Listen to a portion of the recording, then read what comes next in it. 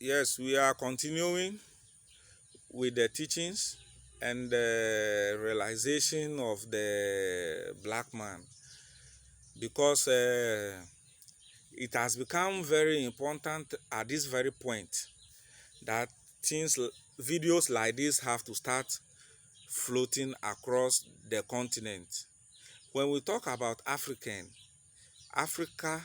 or the black man is everybody. When I say the black man is everybody, I mean black man is the white man. Black man is the Japanese. Black man is the Indian. Black man is the red Indian. Black man is the Latino. Why am I saying this? Do you know that we have been treated like a third-class citizens for a very long time? But I am telling you today, the first form of language started in Africa. The first form of written form of language was started in Africa. When it comes to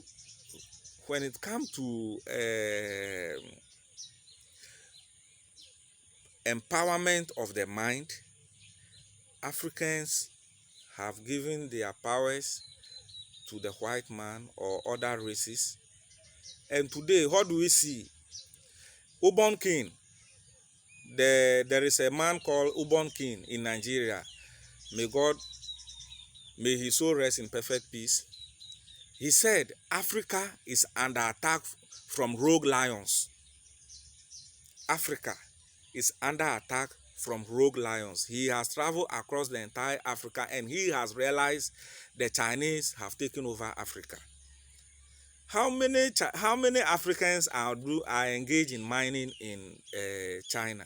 Why does it look as if we cannot wake up and do things on our own? And every time somebody have to come and do something for us? No! We have to start.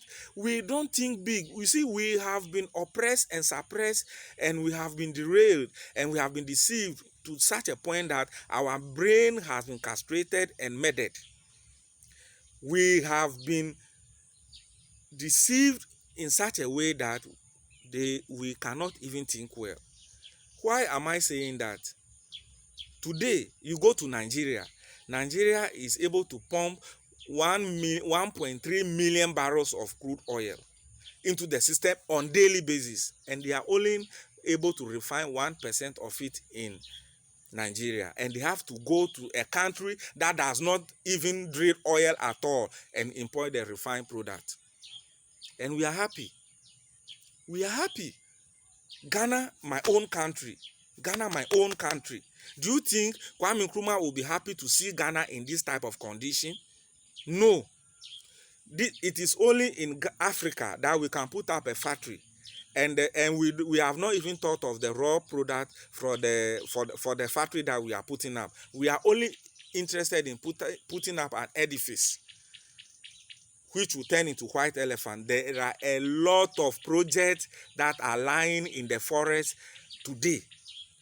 When you talk of the roads, there is this Eastern Corridor Road, started 12, 13, 14 years ago, before the death of Professor Mills. A road that is supposed to be, let's say, around 200 to 300 kilometers road, they have been able to do only 10 kilometers from Asikuma to somewhere Peki. How can that be possible? How can that be possible?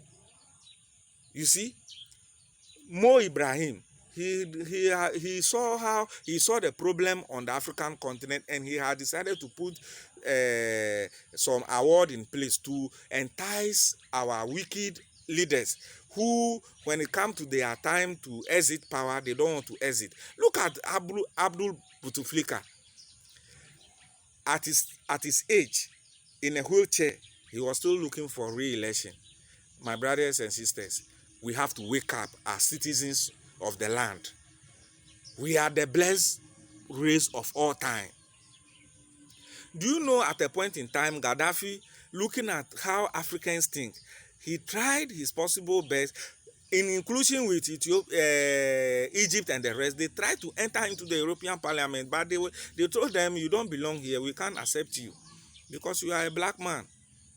So it is about time we accept our togetherness and break away from the deep division within our society and come together as one and have one common front on the world stage.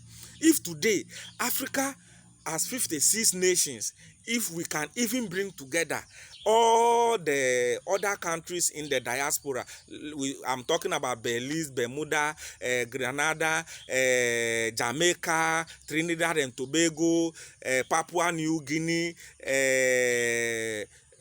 and the rest, all these countries, Africa, when we wake up, we have to bring them on board.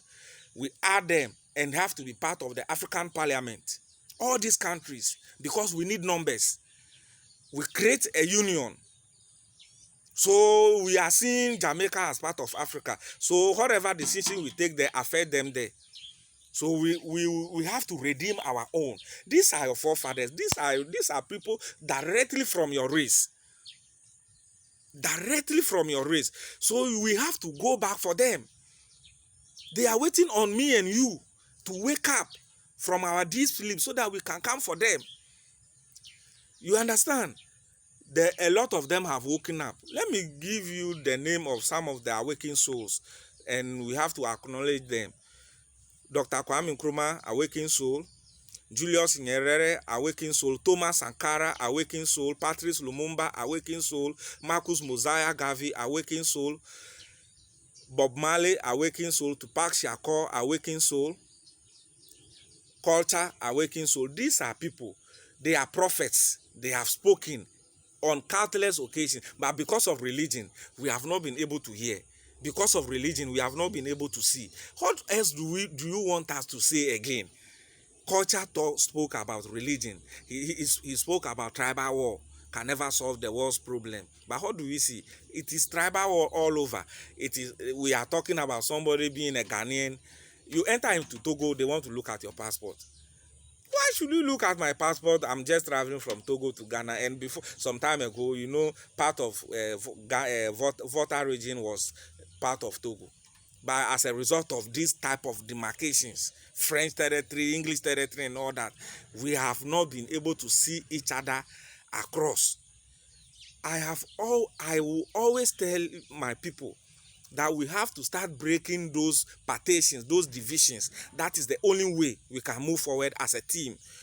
If we must achieve anything meaningful, then we must come together. If we must become as a powerful race, we must come together. It is only in unity we can achieve whatever we want to achieve. Nkrumah spoke about this. We have to have one common front. Nkrumah didn't go and marry in Egypt because she is in love or she want to go and marry there. He wanted to marry in Egypt as a result of unity, so that he can bring the Arabs on board. This is the vision he have seen. But what did we do? We gave him up. We overthrown him. Today we are suffering for it. Let me give you the inflation rate across Africa. If you go to Nigeria, the current inflation rate in Nigeria is at 16%. So prices are changing at a rate of 16%. If you go to Uganda, even Museveni, Yoweri Museveni, whom I thought is an old man and I think he have a retarded brain, has been able to maintain his inflation rate at 4%. I applaud him for that. That notwithstanding, he have to be thinking of exit, you know. We need fresh blood. Bobby Wine, I greet you. See, it is about time we change all the old men and replace them with the young men. Julius Malema, yes, I have to greet you. You know, you are my big man. I've been following you for some time, and I believe we have to join together to do this work. Yeah, because, yeah, Joshua Maponga, yeah, I have to greet you and I have to salute you because you have taken the bold step to sacrifice your life and time, because, you know, it is about time people like us join and follow your footsteps, because there is a lot of work on our hands. We cannot just sit down on the fence and look as if we want to behave as if we are passive citizens. No, that can never be, because you are the front man. Without you, there can never be a race. Without you, there can never be a civilization. They have stolen your art and science. Why should you be ashamed of yourself? Said by Marcus Mosiah Garvey. If you go to all the museums across the world, all the artifacts, all the science and art that are kept there belongs to the black man. It is a fact. French museum, English museum, museums in America, museum in Brazil. Recently, there was a robbery in Brazil. All the artifacts that was stolen there belongs to the black man. This is a motivational. This message is a motivational, inspirational, and awakening speech. That is how I want you to treat it. I will never preach racism. I am not against any race. I belong to all the races. My speech is it cut across religion, race, culture, and language. That is what I want everybody to understand. I'm not against any religion. We have been following religion for some time now, and we can't see anything. There are popes and bishops that are raping and sodomizing people. Whenever they sodomize people, they call them to Rome. The case become a foolish case. A normal person go and rape one person and he go to jail for 25 years. Yes, that is the naivety of the day. So people like us have to start speaking, you know. We just can't stand and let things go astray, because with time, there is going, what I'm seeing, the chaos in the world. If it outbreak, the black man is going to be the most suffered. I'm telling you. The riches and the wealth alone, buried in the Congo Basin alone, is capable of turning the fortunes of the entire African continent around. We just have to have one federal system of government. We have one common parliament. All our presidents become like MPs of the land. We start thinking, taking one united decision, one common currency, one common market. Whatever is produced here we have we have train connecting all the entire African capitals together. So I can move straight to South Africa without a passport to go and work for some time and come back. We have to stop the prison. We have been taught to be in prison. No, we started this thing. We have been living as brothers long before the white man came to demarcate. Are you not aware they came to share Africa among themselves? Why are we taking pleasure in this type of betrayal? No. See, the blood of Dr. Kwame Nkrumah, Patrice Lumumba, Jomo Kenyatta, Julius Nyerere, Patrice Lumumba, and the rest are crying for vengeance. They are crying every day. It is giving some of us sleepless night. We have decided not to value these bloods. These are precious and essential blood, but we have decided to ignore it. When we wake up and take one common front, if our leaders have decided not to wake up, we the citizens, we must wake up and take one common front and make sure that we give a good and meaningful life to our citizens. Yes, that is what we want. To me, what I have seen and realized, I can turn anything into positive at any point in time. But what will you do to me if I can eat, sleep well, and drink, whilst I see everybody around in poverty? Do you know what will happen to you? Those your fence walls, one day, people will be tired of you and they will break in. Your children that you are sending them to school abroad, people will start killing them because they are in pain. Let this be equal sharing. Equal sharing. Where are you running away with the world? Sani Abacha, stolen money. After he died, the family didn't get the money. And look at the age he died. These are clear signs telling you whatever our leaders are doing today will not serve them any purpose. But let's imagine the entire African continent with the riches and resources we have, if we have been able to utilize it to its full potential. Do you know what will happen in Africa? Africa will become like United States times 10. Africa will become like Canada times 200. Africa will become like United Kingdom times 500. Africa will become like Germany times 1,000. Africa will become like Japan times 1 million. You have everything. You have uranium, you have cobalt, you have coal, you have oil, you have everything. You have human resource. The most intelligent people ever to be created is the black man. The black man have the biggest pineal gland. You understand? So our connection with the universe is as fast as anything. Do you know science is moving away from matter to energy? Why are we still here as a race? I'm asking. We don't have any research, a centralized research center for Africa. So whatever they bring from wherever, you inject it to your people. If it have any negative repercussions, it will only be realized after the injection. And you are a president and you are happy. How can you be happy for such a thing? No. When I remember some 5, 7, 8 years ago, Ghanaian farmers who exported pineapple into Europe and these perishable vegetables, European Union, after examination, said they have not passed through the right process and they were all rejected. So when will Africa examine the apples that are entering into Africa and tell the white man our body is made up of 100% alkaline, so anything acidic is not allowed? I want to know when our leaders are going to start thinking in that direction. How many of you know that the body is 100% alkaline? So whatever you must give to your body must be 100% alkaline. But our food has been turned into acidic because they have gone through the genetical modification, and we are accepting things like that. You understand? So today, death has becoming common and rampant because we are giving the wrong food to the body. We are not giving the right food to the body. And we don't see anything wrong with this because the white man has pressed it on you. They are forcing you to go into gayism and lesbianism. You don't have any choice.